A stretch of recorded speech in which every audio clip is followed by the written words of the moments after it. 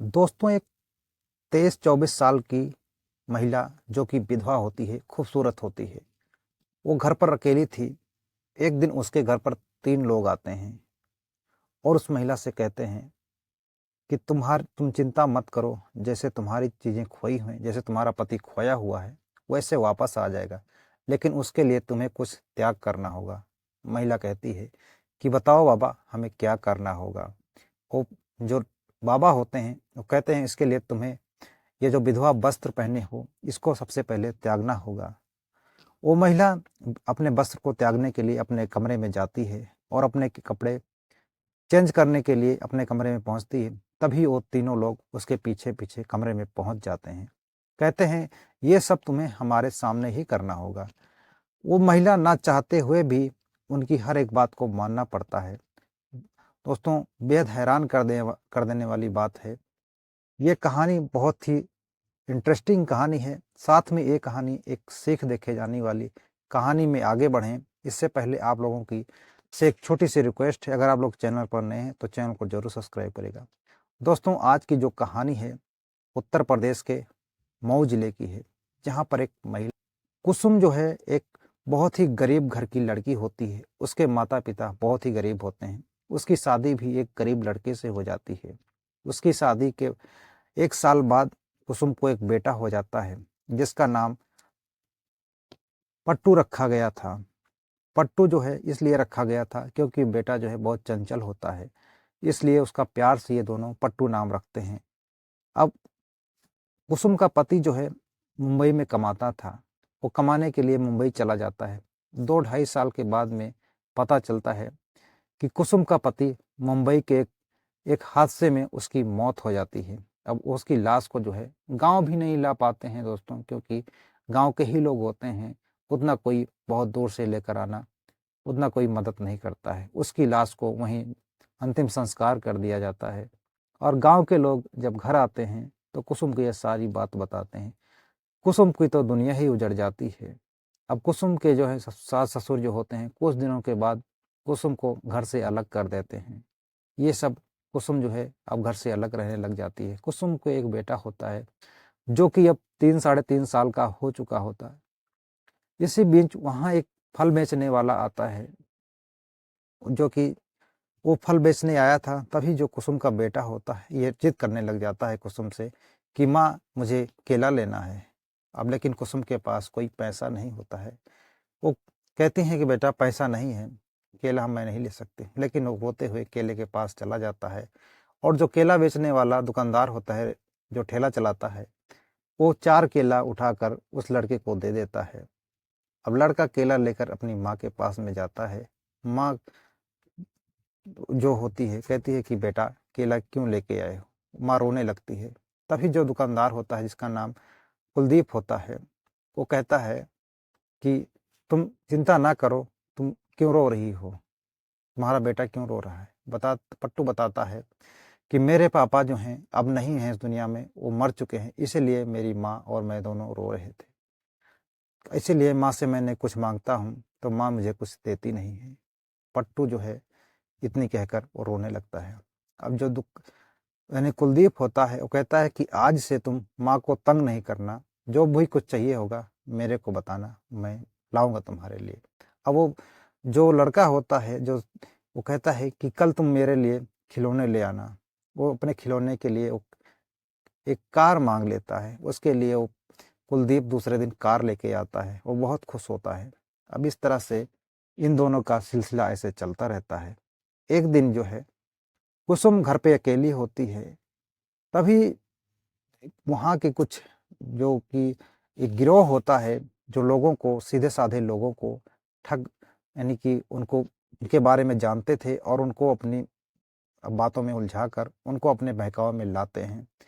और वो पता लगाते थे कि ये कैसे, यानी कि उस व्यक्ति के बारे में जानते थे जिसको वो आसानी से वो बेवकूफ़ बना सकें और अपनी बातों में ला सकें।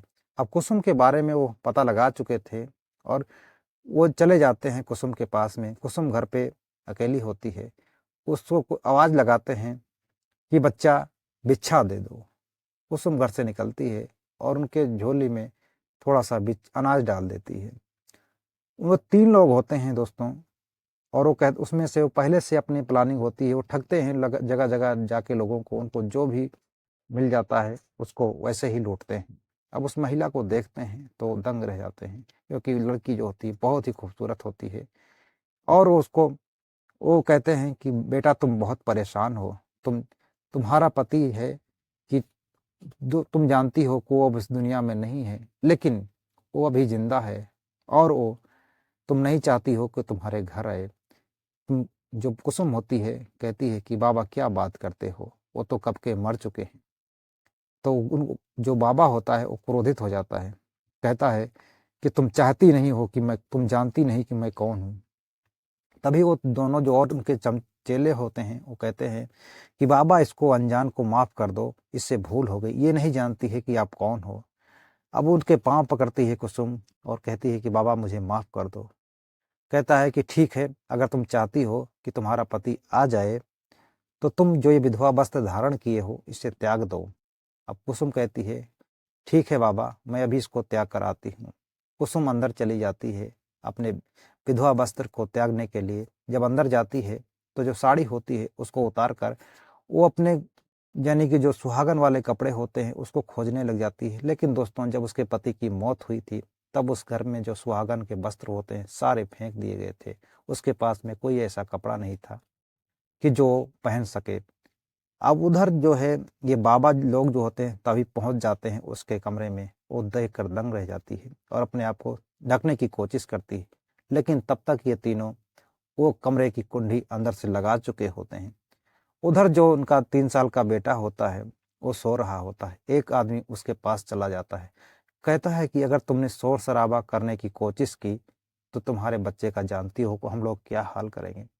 तब कुसुम के सामने उन लोगों की सच्चाई सामने आती है और अब पछताए कुछ हाथ नहीं लगता है। अब वो लोग कुसुम को इतना मजबूर करते हैं, कहते हैं कि जैसा हम कहते हैं वैसा तुम करो। इधर जो है वो केला बेचने वाला जो कुलदीप होता है, अब वो वहां आवाज लगाते हुए चला जाता है। वो देखता है कि घर में जो है सब सुनसान है, आखिर बात क्या है। तभी वो पट्टू को आवाज लगाता है और कहता है, लेकिन अब लोग दंग रह जाते हैं कि आखिर कौन आ गया, घबरा जाते हैं। लेकिन उनको पता था। वो कुसुम को लेके जाते हैं और कहते हैं कि बोल दो घर पर कोई नहीं है। अब कुसुम कहती है कि पट्टू घर पर है नहीं, वो खेलने गया हुआ है। लेकिन वो कुलदीप जो दुकानदार होता है, जो केला बेचने वाला होता है, वो कहता है कि सोचता है कि 3 साल का बच्चा जाएगा आखिर कहाँ, वो यहीं कहीं होगा। तो थोड़ा देर वहीं बैठ जाता है। लेकिन तभी उसको घर से कुछ हलचल सी सुनाई पड़ती है और वो जो उसका दरवाजा होता है वो थोड़ा ऐसे पटरे टाइप का होता है। उस जाली से झांकने की कोशिश करता है कि आखिरकार उसको कुछ शंका होती है। वो देखता है तो उनमें से तीनों में से एक व्यक्ति दिखता है तो उसको शंका होती है और जोर जोर से आवाज लगाने लगता है, दरवाजा पीटने लगता है। आखिरकार अब वो लोग डर जाते हैं कि आखिर ये लोग कौन हैं कि जो यहाँ पर आ गए हैं। गांव के लोग लगता है आ गए हैं। वो घबरा जाते हैं। अब उस बच्चे को छोड़ देते हैं और कुसुम को छोड़ देते हैं। वो लोग छुपने की कोशिश करते हैं।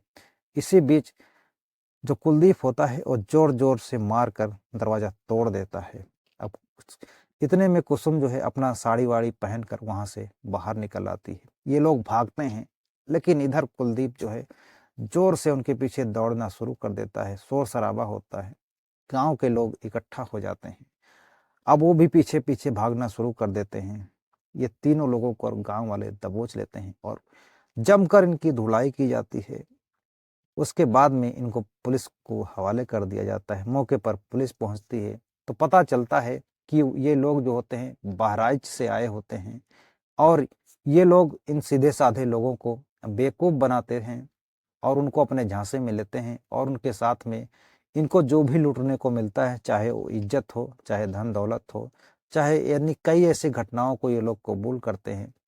इधर पट्टू भी थाने यानी कि जो कुलदीप होता है वो भी थाने जाता है और गांव के लोग भी करीब जो होते हैं 15-20 लोग, ये भी थाने जाकर गवाही देते हैं और उन यानी कि धोखाधड़ी बाबाओं के साथ में जो पुलिस रिपोर्ट दर्ज करती है और उनको अदालत में प्रस्तुत करती है, पेश करती है, तो उनके ऊपर सजा सुनाई जाती है और खुलासा होता है। अब इधर जो है पट्टू जो यानी अपने माँ के साथ में घर आता है और कुलदीप का जो ठेला होता है वहीं पर कुसुम के घर पर ही होता है, वो भी आता है। तो कुसुम जो होती है वो कुलदीप को देखकर फपक फपक कर रोने लगती है और उसको जो है कुलदीप भी जो अपने आप को नहीं रोक पाता है। कुलदीप जो होता है एक यानी कि लड़का होता है जिसकी शादी वादी नहीं हुई होती है।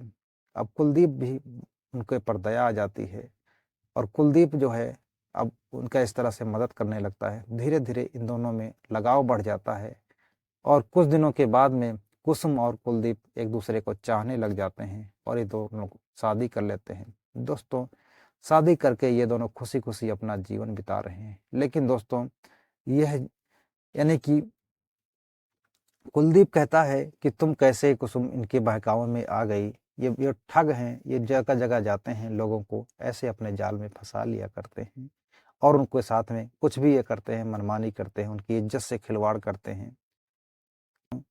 ये दोस्तों, ये घटनाक्रम सुनाने का उद्देश्य आप लोगों को परेशान करना नहीं, दुखी करना नहीं, बल्कि समाज में घट रही घटनाओं के प्रति जागरूक है करना है। क्योंकि ऐसे लोग जो झांसे में आ जाते हैं किसी बाबाओं के, जो चीज़ संभव नहीं वो यानी कि संभव कैसे हो सकती है, जो इंसान मर चुका है आखिरकार वो जिंदा कैसे हो सकता है, ये भी कुसुम को सोचना चाहिए था। इस तरह से इनके झांसे में नहीं आना चाहिए। कोई भी आपको किसी तरह का लालच देता है तो पहले इस पे विश्वास बंद, आंख बंद करके विश्वास मत कीजिए, उसके जांचिए, परखिए। दोस्तों, ऐसे अंधविश्वासियों से बहुत ही दूर रहें। ऐसे ही चोरों का गिरोह जो है जगह जगह अपने यानी लोगों को अपने शिकार बनाता है, उनके साथ लूटपाट का और उनके शरीर के साथ में खिलवाड़ करता है। खास करके भोले भाले लोगों को अपने जाल में फंसा लेते हैं। ऐसे गिरोह बहुत